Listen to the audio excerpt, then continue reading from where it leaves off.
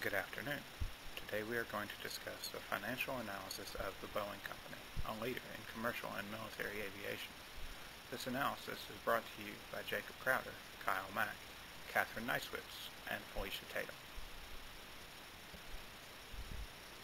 The Boeing Company was originally founded in 1916 by William E. Boeing, a former logger who became fascinated with aviation when he saw the first manned flying machine. Boeing remained a private company through both World Wars because adequate funding for all its operations were available from the government contracts. However, after these contracts dried up, the company went public with an initial public offering in 1972. Boeing has maintained itself as the world's largest producer of commercial aircraft and employs over 150,000 people nationwide. Boeing is headquartered in Chicago and is currently led by James McCurney, after several years of change within its top management structure. Boeing and its most recent merged company, McDonnell-Douglas, have gone through many brand logo changes over the company's life. Both are displayed on the chart shown. The winged Boeing totem, found in the center of the second line, was the first symbol used on the commercial aircraft produced by Boeing and was intended to symbolize airline service. During the merger with McDonnell-Douglas in 1997, the corporation's logos were also merged together to form the current Boeing logo. The Boeing Company is currently broken down into 4 business units supplying goods and services for 5 different market sectors. The business sectors are listed here in orders of respective size, with commercial airlines and military defense and security controlling over 80% of Boeing's workforce. Boeing is most known for its dealings with aircraft, however, is also involved with munitions, space systems, and computer technology services. Before we dive into the analysis, here are a couple of quick financial facts about the Boeing Company. Boeing is one of the 30 large American businesses selected to be a member of the coveted Dow Jones Industrial Average, one of the most closely watched market indexes in the United States and in the world. Boeing currently trades on the New York Stock Exchange with ticker symbol BA. In 2012, the Boeing Company reported annual revenue of $81 billion, however, also reported a near $4 billion loss for the same period. The first ratios that we looked at when analyzing the overall health of the Boeing Company were the liquidity ratios. These ratios have determined that Boeing is a fairly illiquid company and is therefore unable to convert assets to cash quickly in order to pay off liabilities. Compared to the rest of the industry, Boeing's liquidity ratios are fairly low. The corporation hovers around the industry's 17th percentile with a current ratio of 1.27 and has the lowest quick ratio in the business with a 0.435. Additionally, over half of Boeing's total liabilities are current, a trend that has held true since 2008. On average, about 55.1% of Boeing's liabilities must be paid within the fiscal year. The company has also seen a large spike in its current liabilities to expenses ratio. Prior to 2012, Boeing maintained a ratio of about 0.6, which is significantly lower than the latest figure of 2.11 in liabilities that need to be paid within the year to current expenses. This indicates that large amounts of Boeing's most recent purchases are being funded by short-term debt. Boeing demonstrates the strength with regard to working capital turnover and has done well to lower the ratio of sales to current assets from the company average. The current 1.426 mark is slightly higher than last year's figure, but down from the 5-year average of 1.734. This indicates that, in the long run, Boeing is taking measures to ensure an appropriate amount of working capital. Boeing's short-term debt to long-term debt ratio has been inconsistent over the past 5 years and currently sits slightly above the company average. This demonstrates that while Boeing is in a better position now than it was last year to deal with an impending economic crisis, the periods of 2011 and 2012 have shown substantial increases regarding this particular ratio. However, Boeing's revenues for 2012, while projected to be between $78 and $80 billion in sales, topped out at about $81.7 billion, which is in the 84th percentile and very high compared to the rest of the industry. In looking at solvency ratios, it can be determined that Boeing has a very high liability to assets ratio, with a reported figure of 0.934 in 2012. The company's 5-year average of 0.958 in this category is slightly higher than the industry's 0.79, which suggests that Boeing has a higher than ideal amount of debt. The company's liability to stockholders' equity ratio is on a downward trend, but has a 5-year average that is close to 2.0. This shows that Boeing is working to improve its cash flows and attempting to increase reinvestment in the company. A final indicator that Boeing struggles with solvency is its operating cash flow to long-term debt ratio, which has been on the rise for the past 3 periods. Although an increase in this figure suggests either larger operating cash flows or smaller amounts of long-term debt, the current 0.837 mark suggests that Boeing may still not have significant cash to cover long-term debts. In fact, a decrease in long-term debt could potentially correlate with an increase in short-term debt. From a profitability standpoint, Boeing demonstrates several strengths and also a few weaknesses. Given the equity of the company and according to traditional methods of analysis, stockholders can expect about a 77% return on equity for the 2012 period. This is higher than the company average and has been trending upwards since 2010. This figure is also considered to be very high in comparison to the rest of the industry. However, the company's debt-to-equity ratio sits at 14.15, down from the 2011 figure of 21.76, but above the company average of 9.06 and very high compared to the rest of the industry. Boeing's price-to-earnings ratio of 14.7 is currently below average and much lower than its 2009 mark of 30.6. This suggests that investors are willing to pay less for shares in Boeing stock now than they have been on average. Boeing's price-to-earnings ratio is slightly below the industry average in the 40th percentile. However, earnings per share numbers have been trending upward since 2009 and average about $4.63 per share.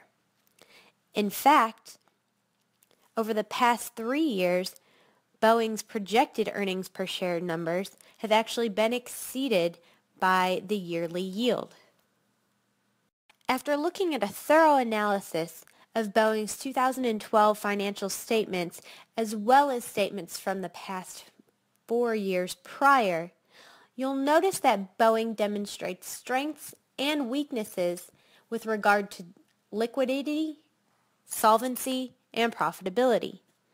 This makes it extremely difficult to assess the overall health of the company and additionally hard to recommend to investors, creditors, and other interested parties whether or not Boeing is a lucrative investment. One way to achieve a more firm evaluation of the company's health is to use Altman's Z-score, a weighted sum of several basic business ratios that can be used to predict a company's potential for bankruptcy. Altman's Z-score is comprised of 5 basic business ratios that are weighted specifically to pertain to publicly or privately traded companies for an overall score that predicts incredibly accurately the potential for a company to declare bankruptcy.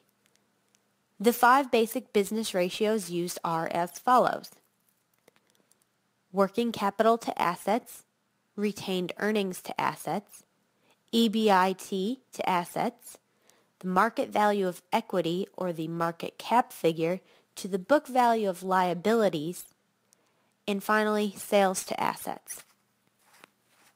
In common practice, any Altman Z-score below a 1.8 suggests impending bankruptcy for a company. Boeing's Z-score currently places the company in a zone of uncertainty regarding its potential for a lucrative future. Currently, Boeing has a Z-score of 2.034. However, in 2011 and 2010, the score fell below a 1.8 and hovered right at the breaking point in 2009. In short, Boeing is experiencing a problem with a decreasing market share in a fairly uncertain market. There is the potential for a new market of commercial spaceflight in which the company could pursue opportunities for growth, but the newest Boeing aircraft had a rough market entrance. The Dreamliner 787s have had numerous problems, which doesn't suggest that Boeing is prepared for additional company growth.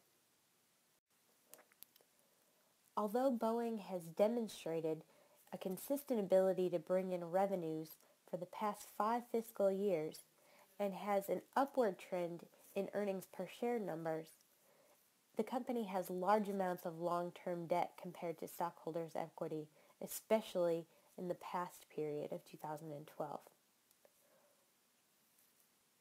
Despite the fact that 2012 sales were considered to be very high compared to the industry average, Boeing's intangibles account for nearly 80% of its profitability, and its Altman Z-score indicate a consistent high potential for bankruptcy.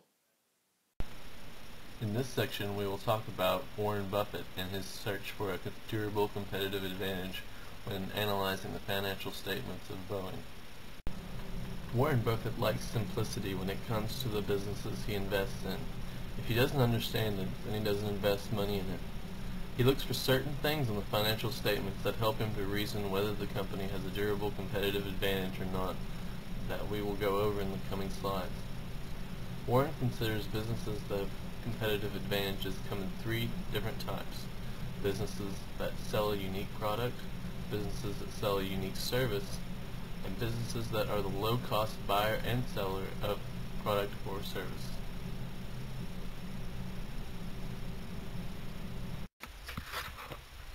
We analyze the income statement line by line, as the Warren Buffett method tells us to, and we saw that there were some things that suggested that Boeing may have a durable competitive advantage over others, and some things that suggested they may not. The ones that were for a durable competitive advantage were increased gross profits, low depreciation, low interest expense, and low interest rates. All of those were good in Buffett's book, and they were signs that they could possibly have the advantage. The inconsistent net income and the high research and development expenses were suggestions that they may not have a durable competitive advantage. The research and development expenses in the Buffett method, he says that that is a sign that they have to stay on top of what they are producing in order to stay at the top, or they're in a highly competitive environment and they have to keep upgrading and updating and have to do that in order to stay with the competition. First thing that Warren Buffett looks at when analyzing a business is the top line, or the total revenue. Warren Buffett considers the total revenue and cost of revenue important, as it should have a steady upward trend, but not as important as what they are used to calculate, which tells us more about the company. Companies with a durable competitive advantage usually have gross revenue that follows an upward trend.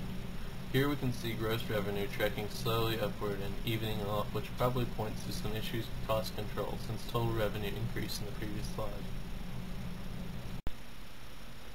Selling general and administrative expense must not vary widely, and R&D costs must be minimal for a company to have a durable competitive advantage. What we see here is SG&A costs relatively stable, but R&D costs vary year to year.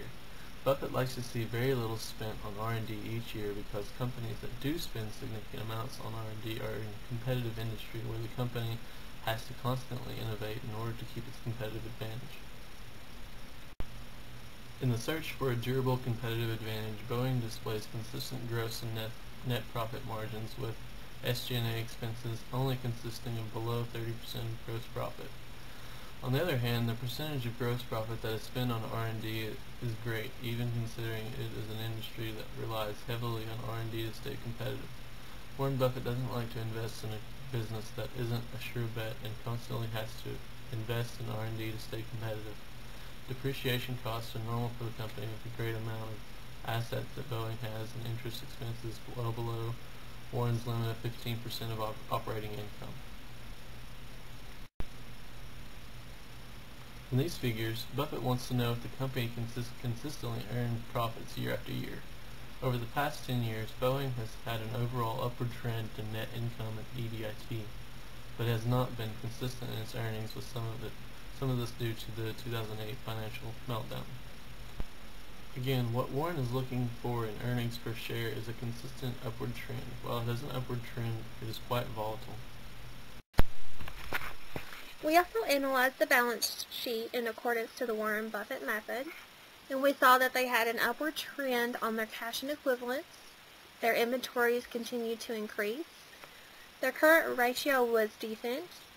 Their property, plant, and equipment was reasonable compared to their debt, and they had low short-term debt. All of these were signs that they could have a durable competitive advantage. However, they did have a high amount of long-term debt and a low ROE, which are signs that they may not have a durable competitive advantage over others. Some computations that Buffett looks for as far as the company's assets are concerned are the percentage of accounts receivable as percentage of total sales. This tells Buffett whether or not the company has the ability to collect on its sales made, which Boeing obviously is getting better at doing. He also looks for a small but non-existent return on assets, as it means that the assets required to do business are high, and this is a barrier to entry which preserves a durable competitive advantage. Looking at current assets versus current liabilities, Buffett considers companies that have a ratio greater than 1 to be more likely to have a durable competitive advantage because the company has the ability to pay off its current liabilities with generated income. Liabilities to shareholders' equity ratio is important in telling us whether a company is using debt or equity to finance its operations. Companies with a durable competitive advantage usually have ratios below 0.8, such as Moody's and Coca-Cola, which Buffett covets for having a durable competitive advantage. Boeing, on the other hand, has ratios well above 3, which is a bad sign and could hint that the company has problems with long-term or short-term debt. Return on equity is important for a company because it tells the stockholders what their return on investment into the company is. Adjusted for the buyback of treasury stock, Boeing hasn't seen the ROE pass 20%, whereas other companies with durable competitive advantages reach ROEs of more than 20%. When we analyzed the cash flow statement, we discovered that they didn't have anything to suggest that they had a durable competitive advantage over others. However, they did have a lot of things to suggest they did not have a durable competitive advantage. Less than 50% of their money was spent in capital expenditures. They paid out large dividends, and they didn't use any other leftover money to buy back stock. After conducting a traditional analysis and an analysis with the Warren Buffett method, we do not recommend investing in Boeing because there were continual losses, it was unstable, and the company has low revenues. We realized that the Buffett method is more useful for long-term investing because it takes a deeper look into the company's background. It digs into each financial statement to really see what's going on with the company, whereas traditional analysis looks more at numbers and percentages and it would be useful for short-term investing.